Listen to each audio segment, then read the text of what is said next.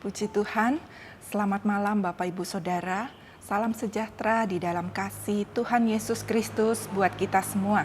Setelah sepanjang hari ini kita beraktivitas, malam ini sebelum kita akan beristirahat, mari kita mau renungkan firman Tuhan lagi di Renungan 79. Bacaan Alkitab hari ini sudah sampai di kitab Yunus dan renungan malam ini saya akan ambil dari pasalnya yang ketiga, ayatnya yang ke-10 dan pasalnya yang keempat, ayatnya yang kedua. Yang akan saya bacakan berkata demikian. Yunus pasal 3 ayatnya yang ke-10 berkata demikian. Ketika Allah melihat perbuatan mereka itu, yakni bagaimana mereka berbalik dari tingkah laku yang jahat, maka menyesallah Allah karena malapetaka yang telah dirancangkannya terhadap mereka, dan ia pun tidak jadi melakukannya. Pasal yang keempat ayatnya yang kedua berkata, dan berdoalah ia kepada Tuhan, katanya, ya Tuhan, bukankah telah kukatakan itu ketika aku masih di negeriku?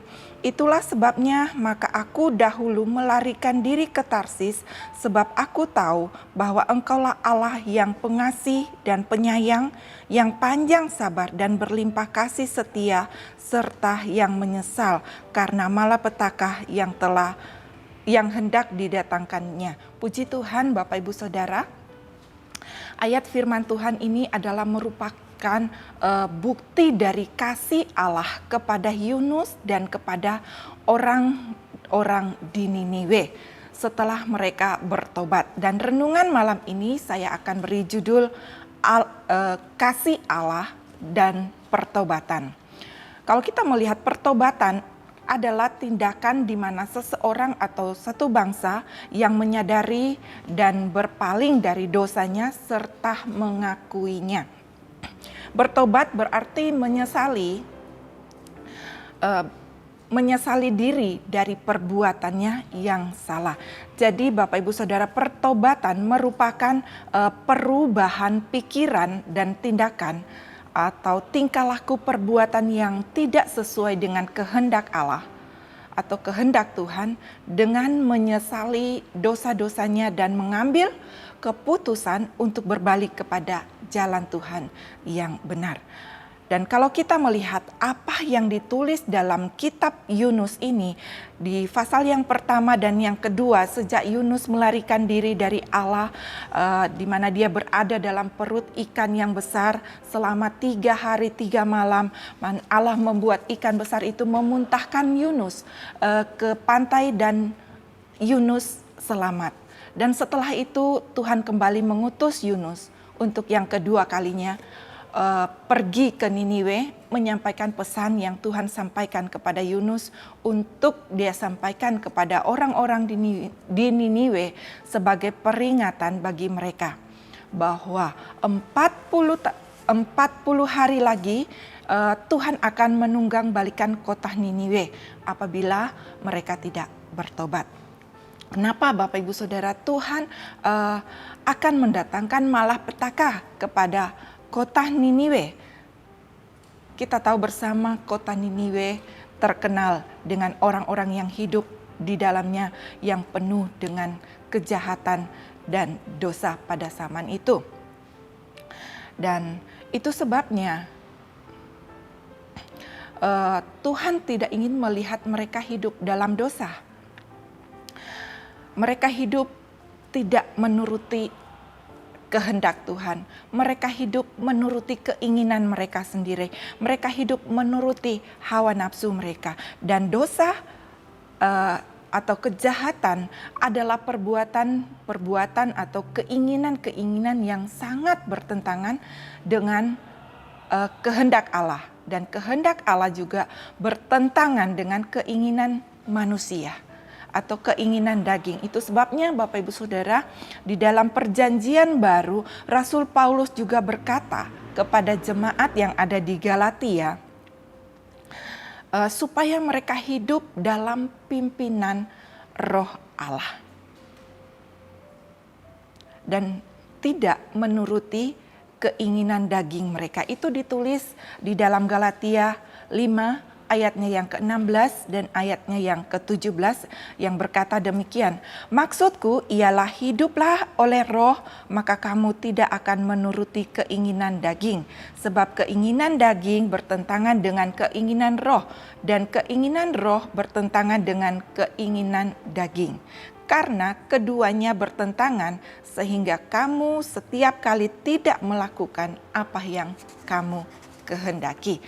Dan kalau kita melihat di ayatnya yang ke-19 dan sampai ayatnya yang ke-21, di sana Bapak Ibu Saudara, kita lihat di sana dengan rinci dan teratur. Rasul Paulus juga menjelaskan jenis-jenis dosa yang dia catat di ayat yang ke-19 sampai ayatnya yang ke-21 yang terbagi dalam beberapa kategori. Saya tidak akan membacakan ayatnya, tetapi kita akan melihat kategori dari dosa-dosa itu. Yang pertama adalah tentang dosa kenajisan yang meliputi percabulan, kecemaran, hawa nafsu. Dan yang kedua adalah tentang dosa okultisme yang meliputi penyembahan berhala, sihir, dan lain-lain. Dan yang ketiga adalah tentang pemecah belah yang meliputi perseteruan, perselisihan, iri hati, amarah, kepentingan diri sendiri, percederaan, roh pemecah, dan kedengkian. Dan yang keempat adalah tentang huru hara yang meliputi kemabukan, pesta pora, dan yang lain-lain. Dan kita tahu bersama apa yang sedang terjadi dalam dunia ini juga pernah terjadi pada zamannya Yunus. Pernah terjadi di kota Niniwe, dan itu semua ada di kota Niniwe. Maka Tuhan menyuruh Yunus untuk menyampaikan kepada mereka. Dan apa yang terjadi Bapak Ibu Saudara ketika Yunus menyampaikan pesan Tuhan itu kepada mereka. Ketika raja kota Niniwe itu mendengar kabar itu, dia langsung turun dari tahtanya dan dia melepaskan jubah kebesarannya, jubah kerajaannya, lalu dia memakai kain kabung, dan seluruh rakyatnya juga ikut berpuasa bersama-sama dengan ternak yang ada di seluruh kota itu. Untuk apa Bapak Ibu? Untuk mereka berseru kepada Tuhan, dan bahkan raja juga mengharuskan mereka semua untuk berbalik dari semua tingkah laku yang jahat dan kekerasan yang mereka lakukan pada saat itu. Untuk apa Bapak Ibu Saudara? Kalau kita melihat dikatakan pada ayatnya yang ke-9 di sana dikatakan, siapa tahu mungkin Allah akan berbalik dan menyesal serta berpaling dari murkanya yang menyala-nyala itu sehingga kita tidak binasa. Nah Bapak Ibu Saudara, untuk apa mereka lakukan semua itu? Untuk apa raja mengajak orang-orang Niniwe untuk melakukan semuanya itu? Untuk supaya mereka supaya Tuhan berkemurahan bagi mereka. Dan apa yang terjadi Bapak Ibu setelah mereka melakukan semuanya itu? Ayatnya yang ke-10 dikatakan, setelah Allah melihat mereka berbalik, Allah menyesal dan membatalkan rencananya. Di sini kita dapat melihat bagaimana kemurahan Allah itu tidak terbatas. Begitu besar kasih-Nya kepada manusia, khususnya kepada Nuh dan orang-orang yang ada di Niniwe pada zaman itu. Sehingga kita melihat di pasal yang keempat ayatnya yang kedua di sana Yunus berkata, ya Tuhan, bukankah telah, saya ulangi maksud saya ayatnya yang kedua, pasal 4 ayat yang kedua, dan berdoalah ia kepada Tuhan, katanya, ya Tuhan, bukankah telah kukatakan itu ketika aku masih di negeriku?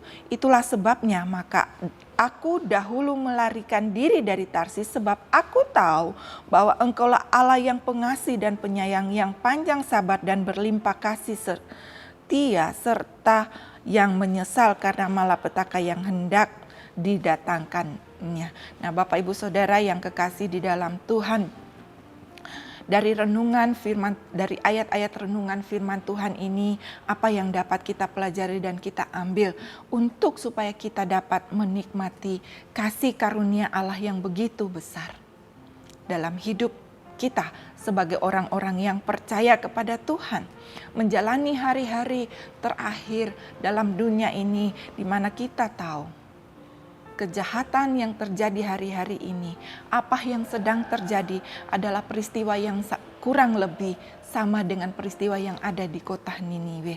Tetapi buat kita yang percaya kepada Tuhan, apa yang yang dapat kita ambil supaya kita dapat menikmati kasih karunia Allah yang begitu besar. Yang pertama adalah di dalam Yunus 3 ayatnya yang keempat, di sana dikatakan, ayatnya yang kelima, maksud saya Yunus pasal 3 ayatnya yang kelima, orang Niniwe percaya kepada Allah. Yang pertama adalah kita percaya kepada Allah. Allah kita adalah Tuhan Yesus Kristus yang telah lahir ke dalam dunia dan dia mau mati, dan pada hari yang ketiga dia bangkit. Dia mati untuk menyelamatkan kita dan dia bangkit pada hari yang ketiga. Nah, Bapak Ibu Saudara yang kasih di dalam Tuhan, itu sebabnya Yohanes 3 ayat yang ke-16 berkata, barang siapa yang percaya kepadaku tidak akan binasa. Karena begitu besar kasih Allah akan dunia ini. Dan Bapak Ibu Saudara, yang kedua adalah kita hidup dalam pertobatan. Kalau kita hidup dalam pertobatan, maka kita akan selalu dipimpin oleh Allah. Ketiga adalah kita mau menghargai keselamatan yang Tuhan berikan dalam hidup kita. Dan orang yang menghargai keselamatan dari Tuhan, dia tidak akan hidup dengan sembrono. Dia tidak akan hidup dengan sembarangan. Dia akan memperhatikan apa yang menjadi kehendak Tuhan. Dan yang terakhir adalah hidup takut akan Tuhan. Saya percaya kalau kita hidup senantiasa takut akan Tuhan, maka kemurahan Tuhan itu akan mengikuti kehidupan kita. Kasih Tuhan itu akan menyertai kita. Itu sebabnya Bapak Ibu Saudara, mari di hari-hari ini kita mau tetap menjaga kehidupan kita. Di dalam setiap pertobatan yang kita lakukan, kita mau menghargai keselamatan yang Tuhan sudah berikan, dan kita mau berjalan sesuai dengan rencana dan kehendak Tuhan. Puji Tuhan, mari kita mau berdoa malam hari ini. Bapa yang ada di dalam sorga, malam hari ini kami bersyukur kepada Engkau lewat firman-Mu. Kami dapat belajar dari firman-Mu ini untuk kami tetap menjaga hidup kami ada di dalam kasih karunia Tuhan. Dan kami dapat juga untuk tetap belajar hidup dalam pertobatan kami. Sebab Tuhan, kasih-Mu yang begitu besar dalam kehidupan kami, di mana Engkau tidak menginginkan kami untuk hidup di dalam dosa, di mana Engkau tidak menginginkan kami tidak dapat menikmati kasih karunia Tuhan itu. Dan malam ini Tuhan, kami menyerahkan seluruh kehidupan kami ke dalam Tuhan. Biar Roh Allah yang akan terus memimpin kami, Roh Kudus yang akan terus memimpin setiap apa yang kami lakukan dalam kehidupan kami. Terima kasih banyak Bapa di dalam sorga. Kami mengucap syukur dan menyerahkan seluruh kehidupan kami hanya di dalam nama Tuhan Yesus Kristus. Haleluya. Amin.